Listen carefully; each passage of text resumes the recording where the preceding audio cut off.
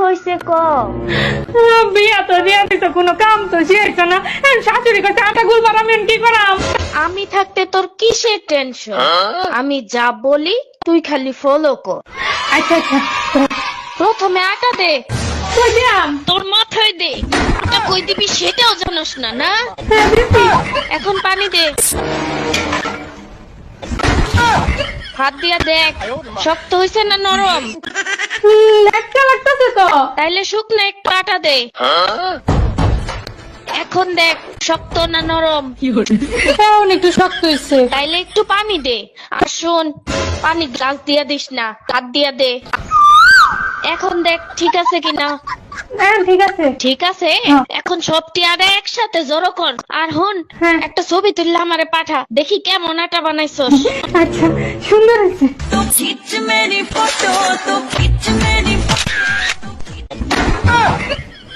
আমার বাড়ি বড় লোকের বেটি আম্মা দেখছো কত সুন্দর আটা দিয়েছি। ঘন্টা হইছে, জন্ম